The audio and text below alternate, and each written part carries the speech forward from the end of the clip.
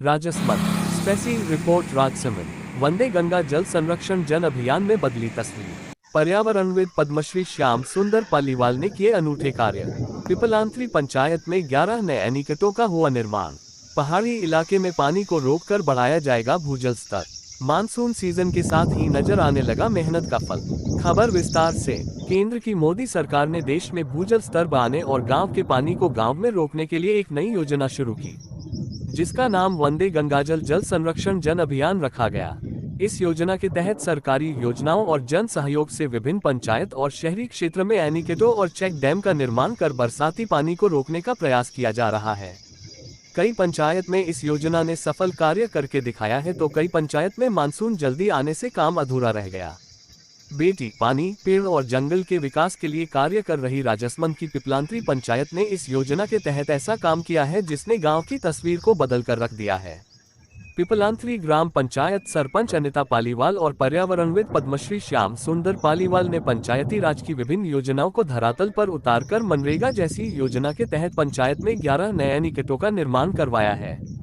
आसपास पहाड़ी और खनन क्षेत्र होने से यहाँ पानी को रोकना काफी चुनौती भरा था, लेकिन मजबूत इरादे और ग्रामीणों के सहयोग के चलते ये कार्य सफल हो पाया।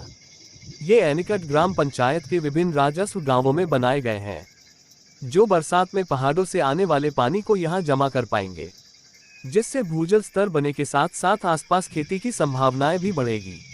यहाँ करीब 6 से 8 महीने पानी भरा रहने के कारण भूजल स्तर भी बढ़ेगा और पशु पक्षियों, मवेशियों सहित स्थानीय लोगों के लिए पेयजल और सिंचाई जल की व्यवस्था भी हो सकेगी। अब पूरा दारोमदार मानसून की बारिश पर है। अच्छी बारिश से यह सभी एनीकट छलक सकते हैं और इसमें वर्ष भर पानी भरा रहेगा। कुल मिलाकर वंदे गंगाजल संरक्षण जन अभियान की सफलता को अगर देखना है तो वह पिपलांत्री ग्राम पंचायत में देखी जा सकती है।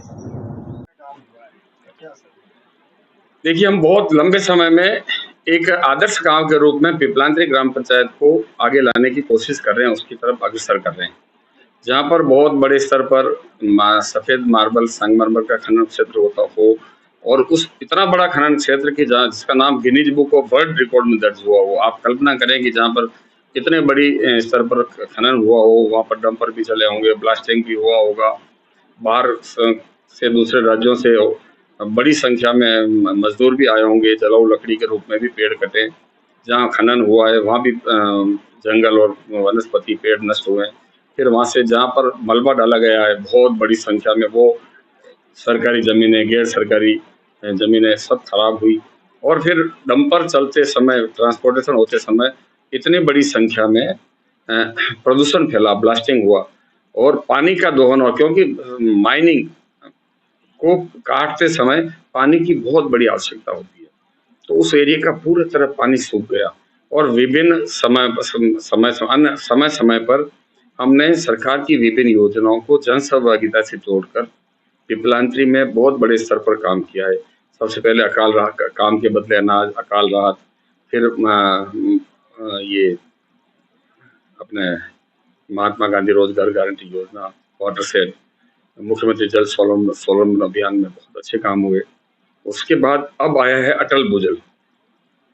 अटल भूजल पर हमने थोड़ा रिसर्च किया, उसको समझा, अध्ययन किया और उसको हमने दूसरी योजनाओं से कन्वर्जेंस करके मनरेगा और अन्य योजनाओं से खातेदारों, किसानों को उसकी जानकारी देकर, उनके विश्वास में लेकर, ग्राम सभाओं में ये बात रखकर हमने अटल भूजल योजना पर बहुत बड़ा काम पिपलांत्री में किया है। आने वाले समय में पिपलांत्री की बरसाती नालों और कुओं में 12 ही महीने पानी भरा रहेगा। ये भारत सरकार की जो महत्वाकांक्षी योजना है, जिनको हम जन कल्याणकारी योजनाएं कहते हैं, ऐसी योजनाओं को अगर गांव के सरपंच और गांव के मौजवीर लोग, जिम्मेदार लोग, समाज सुधारक, सांसद, विधायक, प्रधान, जिला प्रमुख, जनप्रतिनिधि और समाज के प्रमुख लोग इसको अगर ईमानदारी से मेहनत करके, प्रयास करके अपने अपने गाँव में इस तरह के काम करें तो ये पानी की समस्या जड़ से खत्म हो जाएगी। और ऐसे समय पर ये सब काम होंगे। आप देखिए कि कल धरती ने अगर सिर हिला दिया, भूकंप आ गया या इस तरह की कोविड जैसी कोई घटनाएं हो गई, भगवान नहीं करे कोई परमाणु बम से हमला हो गया, उस परिस्थितियों में हम इस बाहर से आने वाली सुविधाओं पर कैसे जीवित रह पाएंगे? गांव में हमारे खुद के संसाधन से हम जीवित रहेंगे। उसकी आदत डालेंगे, तभी जाकर हमारे गाँव आत्मनिर्भर जिसको कहते हैं, खुद की व्यवस्थाओं पर निर्भर रह पाएँगे और ये पिपलांत्री इसकी तरफ अग्रसर है, इसकी तरफ आगे बढ़ रहा है।